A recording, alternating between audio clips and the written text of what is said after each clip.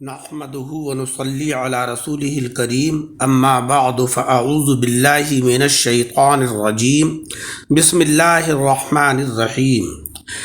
لله ما في السماوات وما في الارض وان تبدوا ما في انفسكم او تخفوه يحاسبكم به الله فيغفر لمن يشاء ويعذب من يشاء والله على كل شيء قدير صدق اللہ العلی العظیم۔ سامعین اکرام، آج کے درس قرآن میں سورہ بقرہ کی آیت نمبر 284 تلاوت کی ہے، جس میں اللہ تبارک و تعالی نے فرمایا ہے للہ ما فی السماوات وما فی الارض، اللہ ہی کا ہے جو کچھ آسمانوں میں ہے اور جو کچھ زمین میں ہے۔ وَإِن تُبْدُوا مَا فِي أَنفُسِكُمْ، اور اگر تم ظاہر کرو جو کچھ تمہارے جی میں ہے، اور تخفوہ یا چھپاؤ، يُحَاسِبْكُمْ بِهِ اللَّهُ، اللہ تم سے اس کا حساب لے گا۔ فَيَغْفِرُ لِمَن يَشَاءُ، تو جسے چاہے گا بخشے گا، وَيُعَذِّبُ مَن يَشَاءُ، اور جسے چاہے گا سزا دے گا۔ وَاللَّهُ عَلَى كُلِّ شَيْءٍ قَدِيرٌ، اور اللہ ہر چیز پر قادر ہے۔ سورہ بقر میں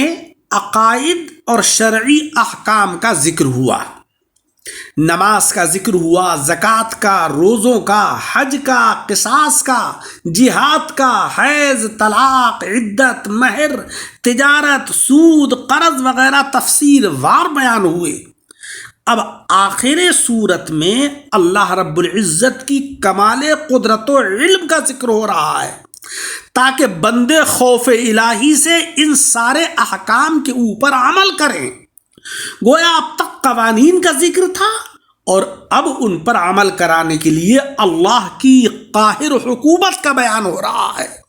کہ اللہ تبارک و تعالی ہی کی ذات ہے کہ جو کچھ آسمانوں میں ہے اور جو کچھ زمین میں ہے سب اللہ ہی کی ملک ہے، وہی ان کا خالق ہے، وہی اس کا مالک ہے۔ پچھلی آیت میں فرمایا گیا تھا کہ اللہ تمہارے اعمال کا جاننے والا ہے، اب اس کی دلیل ارشاد ہو رہی ہے، یعنی اس لیے علیم ہے کہ سب کچھ اسی کی ملک ہے، سب کچھ اسی کی خلق ہے،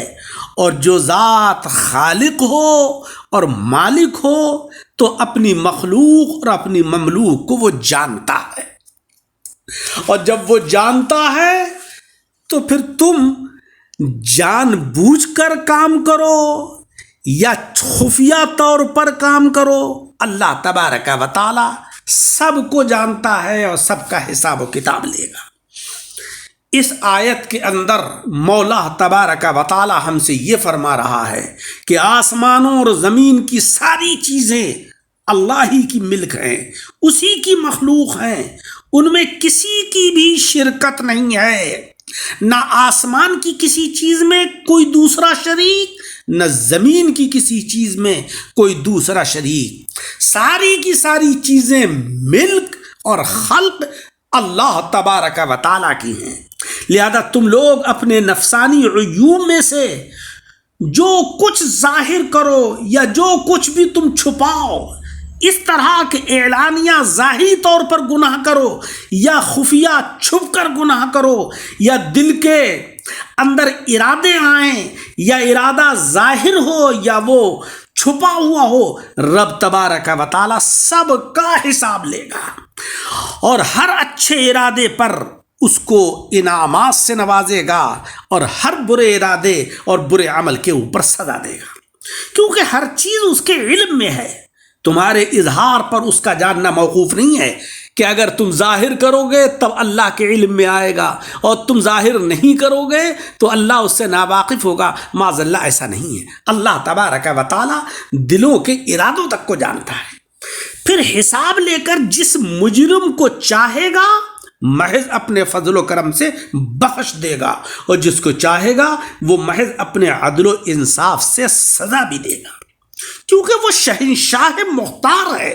اسے کوئی روکنے والا نہیں ہے۔ رب تعالیٰ ہر چیز پر پوری قدرت رکھنے والا ہے، لہذا دل کے چھپے ہوئے عیوب پر مطلع ہو کر حساب لینا اور کسی کو بخش دینا اور کسی کو سزا دینا، اس میں کوئی تعجب کی بات نہیں ہے۔ ساری کائنات کا مالک و مختار وہی ہے، وہی سب کا بادشاہ ہے، وہی سب کا مالک و خالق ہے۔ اس آیت سے معلوم ہوا کہ ہر چیز کا مالک حقیقی رب تعالیٰ ہے، اس کے ماسوا کی ملکیت مجازی اور عطائی ہے۔ جیسے کہ کوئی زمین کا خطہ کہ صاحب یہ سعد اللہ خان کا ہے، یہ فیض محمد صاحب کا ہے، یہ ساری ملکیت مجازی ہے۔ حقیقی طور پر مالک جو ہے وہ اللہ جل شانہ و عم نوالہ ہے، کیونکہ للہ کے حصر سے یہی معلوم ہوا۔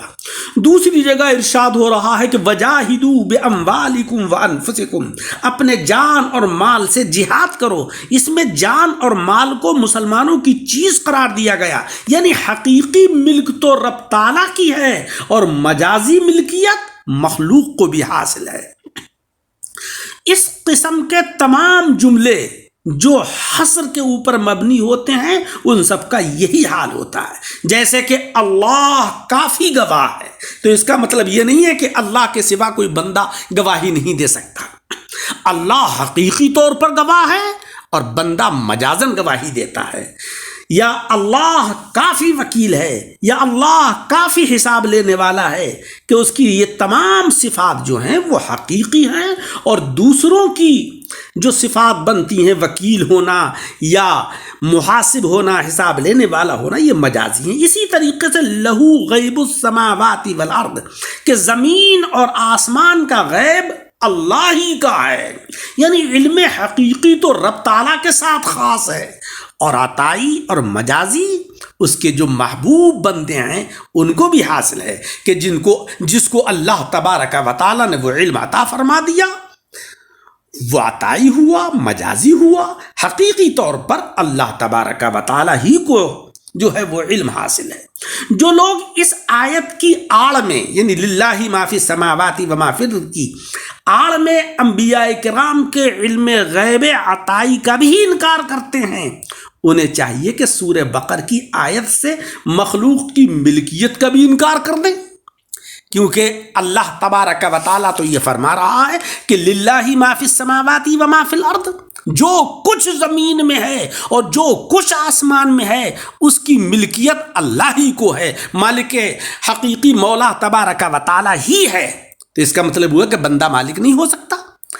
سکتا ہے۔ حقیقتاً اللہ مالک ہے اور مجازن اللہ کے بندے مالک ہوتے ہیں۔ لہذا اس آیت سے دھوکہ نہیں کھانا چاہیے، سورہ بقر کی آیت سے مخلوق کی ملکیت کا انکار نہیں کرنا چاہیے، نہ کسی کو گواہ مانے، نہ وکیل مانے، نہ بادشاہ مانے، تو پھر تو سارا نظام درہم برہم ہو کر ہو جائے گا۔ غرض ہر چیز میں ذاتی اور عطائی کا فرق کرنا پڑے گا۔ اللہ تبارک و تعالی ہمیں قرآن عظیم پڑھنے، اس کو سمجھنے اور اس کے اوپر عمل کرنے کی توفیق عطا فرمائے۔ آمین بجاہ النبی الکریم۔